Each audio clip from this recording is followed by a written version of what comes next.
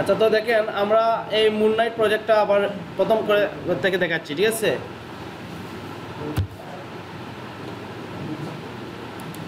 আমরা প্রথমে নতুন একটা ডকুমেন্ট নিব, ঠিক আছে? প্রিসেটে 500x500 পিক্সেলের একটা প্রিসেট নিব, তারপর ওকে করব।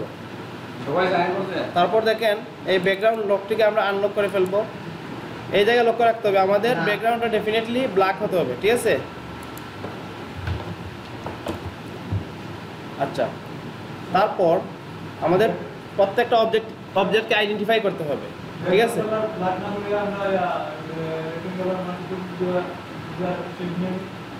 হবে ব্যাকগ্রাউন্ড কালার না নিজে আপনি শেপ নিতে চান তাও হবে, এখানে এক্সট্রা কাজ করার তো দরকার নাই, ঠিক আছে? তো আমরা ডাইরেক্টলি কী করলাম, ব্যাকগ্রাউন্ড কালারটা অ্যাপ্লাই করে ফেললাম।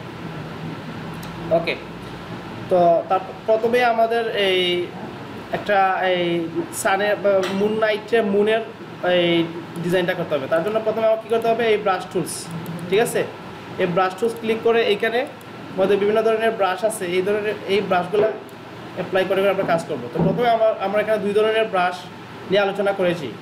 তো প্রথমে আমরা কি হার্ড ব্রাশ নিয়ে কাজ করব। তো দেখেন হার্ড ব্রাশে যখন ক্লিক করব তখন দেখেন ব্রাশ ডায়ামিটার অ্যান্ড হার্ডনেস আছে।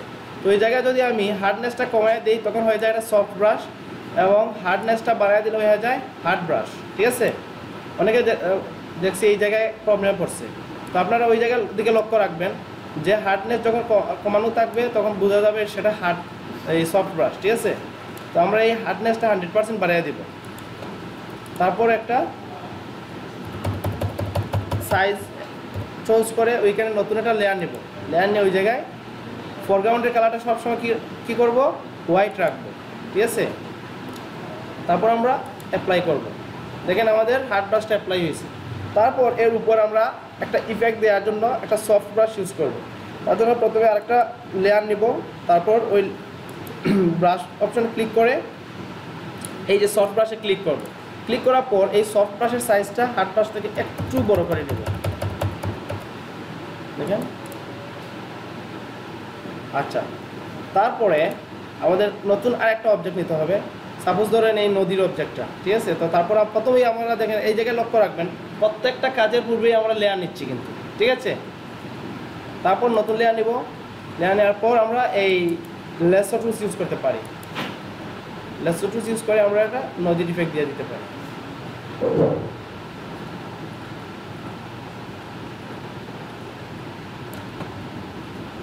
আচ্ছা, তারপরে ফরগ্রাউন্ডের মধ্যে একটা হালকা কালার ইউজ করতে পারি, পানির কালার বা অন্য কালার। আমরা এখানে ব্রাশও ইউজ করতে পারি।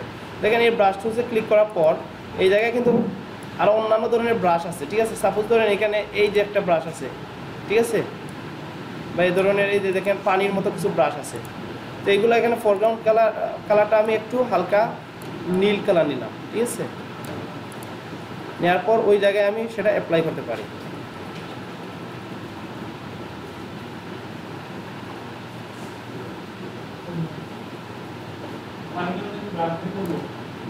হ্যাঁ, ব্রাশ দিয়ে করতে পারেন।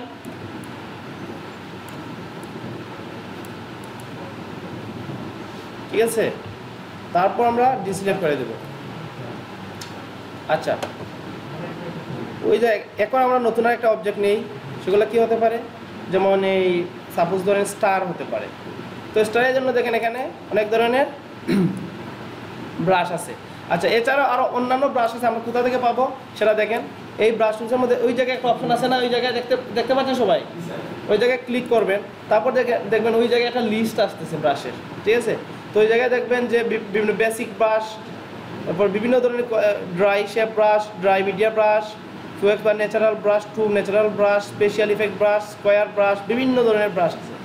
এছাড়াও আমরা ব্রাশ নিজে নিজে কাস্টম ব্রাশ তৈরি করতে পারি, বা অনলাইন তো ইন্টারনেট তো বিভিন্ন ধরনের ব্রাশ ডাউনলোড করে আমরা কী করতে পারি, ব্রাশগুলো এড করতে পারি।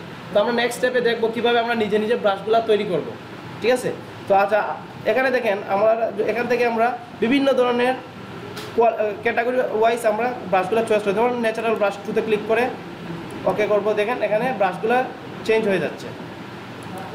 এভাবে করে করে আমরা বিভিন্ন ধরনের ক্যাটাগরি ওয়াইজ ব্রাশগুলো চয়েস করতে পারি, ঠিক আছে? তারপরে আবার যদি চান না প্রথম অবস্থায় যে ব্রাশগুলো এইভাবেই চান, তো রিসেট ব্রাশে ক্লিক করবেন, ওকে করবেন। আমরা রিসেট ব্রাশের প্রথম অবস্থায় যেভাবে পাইছিলাম এভাবে রিসেট ব্রাশের ব্রাশগুলো পেয়ে যাব। আচ্ছা, তো ওই জায়গায় দেখেন স্টার একটা ব্রাশ আছে, তো স্টার ব্রাশটা অ্যাপ্লাই করতে পারি আমরা।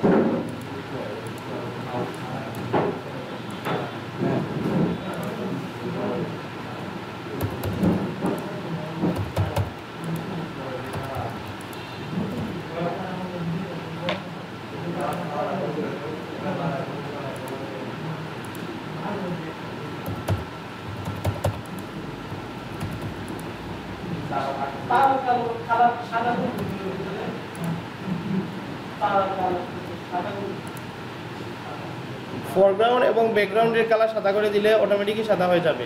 ব্রাশ টুল সবসময় ফোরগ্রাউন্ড এবং ব্যাকগ্রাউন্ড কালার কম্বাইন করে, ঠিক আছে। আচ্ছা, যাই হোক, তারপর আমরা একটা লেয়ার নিব। লেয়ার নিয়ে আমরা নতুন একটা প্রজেক্ট ওপেন করব, নতুন একটা অবজেক্ট অ্যাড করব। তো ওই জায়গায় দেখেন ব্রাশের বিভিন্ন ধরনের কি আছে, এই ব্রাশ আছে, ব্রাশ। তো এই জায়গায় আমরা কি একটু এই গ্রিন, তারপরে সাপোজ ধরেন একটু হালকা ইয়েলো নিতে পারি। একটু আপনার কোয়ালিটি, আপনি কাজ কিভাবে করবেন সেটা রিয়েলিস্টিক হবে এবং একটু সুন্দর হবে, ঠিক আছে। কালার চয়েসটা আপনার, ঠিক আছে। একটু সাইজটা একটু ছোটো করলাম।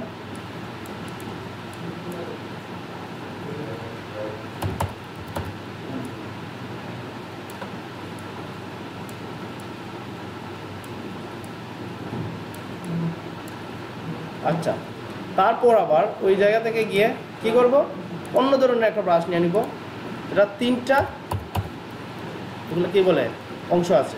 ওই জায়গায় আমরা কালারগুলো আবার চেঞ্জ করতে পারি, একটু রেড দিতে পারি, তো আমাদের সৌন্দর্যতা আনার জন্য, ঠিক আছে।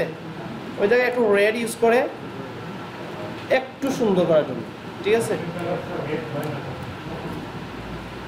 জি হ্যাঁ হ্যাঁ, অবশ্যই। আপনি জানেন না রেড কালারের ব্রাশ আছে যে বাংলাদেশে আছে? হ্যাঁ অবশ্যই আছে, তবে এগুলো অনেক দামি, এক্সপেন্সিভ। আমরা যখন কাজ করবো এক্সপেন্সিভ অবজেক্ট নিয়ে কাজ করি না কেন? হ্যাঁ ইন্টারন্যাশনাল, আপনার তো এগুলো মার্কেট প্লেস তো ইন্টারন্যাশনাল, ঠিক আছে। আচ্ছা যাই হোক, আমরা তো সবুজ কালার দিয়ে দেখছি, এই জন্য আমি এটা বোঝানোর জন্য যে ডিফারেন্ট কালার আমরা ইউজ করতে পারি, ঠিক আছে। এই জন্য আমি ডিফারেন্ট কালারটা ইউজ করলাম। হোয়াট এভার ইউ লাইক, আপনারা যে কালার চয়েস করেন না কেন সেই কালারই। ক্লায়েন্ট আপনাকে যদি এই ধরনের কাজ দিয়ে সে বলে দিবে এই কালার ইউজ করে, ঠিক আছে। তো যদি বলেন না আমি শুধু সবুজ কালার পারি, এখন কালার পারি না, তো হইব? হয়তো না। হ্যাঁ অবশ্যই, আপনার কাস্টমারের চাহিদা অনুসারে আপনার কাজ, আপনার চয়েস করবে কাস্টমার, ঠিক আছে। আচ্ছা, তারপর দেখেন আমরা আবার আর একটা ব্রাশ নিতে পারি। ওই ব্রাশটা নিলাম।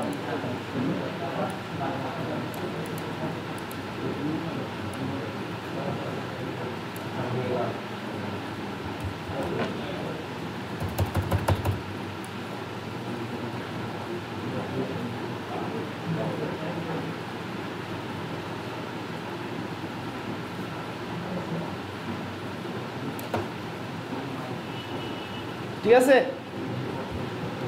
এই মোটামুটি আমাদের এই মুন নাইটের প্রজেক্টে আমরা কাজ করলাম, ঠিক আছে।